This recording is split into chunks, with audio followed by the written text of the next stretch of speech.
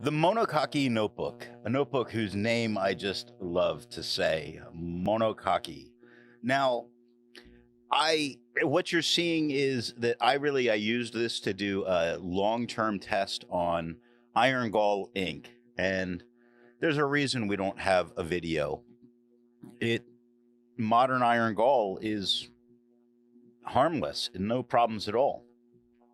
It does come in a cellophane wrapper. The cover is a flimsy cardboard, meaning you couldn't hold it in your hand and just stand and write very comfortably. Though, if you were on a desk, obviously it's going to be a problem. It lays fairly flat all on its own, which is always a good thing for a notebook to do something like that. And this one does. So, bonus points for it. This also had blank pages, which is a particular thing for me that I love, and it had it. I was very thankful with it. And you'll see that, yeah, I put lines in. That was really just me separating one day from the next and nothing else. It had nothing to do with wanting guidelines. I don't like guidelines on paper. Thank you for the blank pages. No, what's it called? The ribbon. No bookmark. That's the word. No bookmark with it.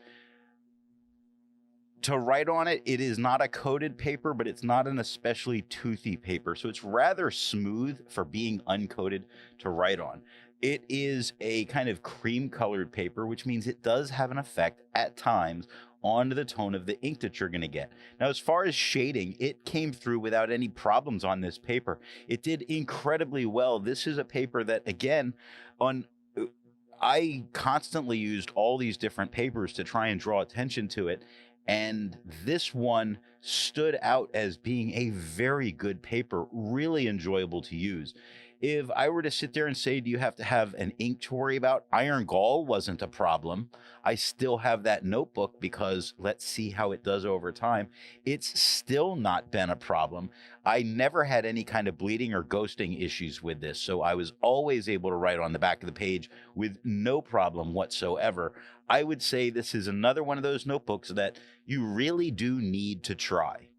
I hope you got something out of this video, and thanks for watching. I want to let you know that the best way you can support this or any channel is to let retailers know where you heard of something if you go to buy.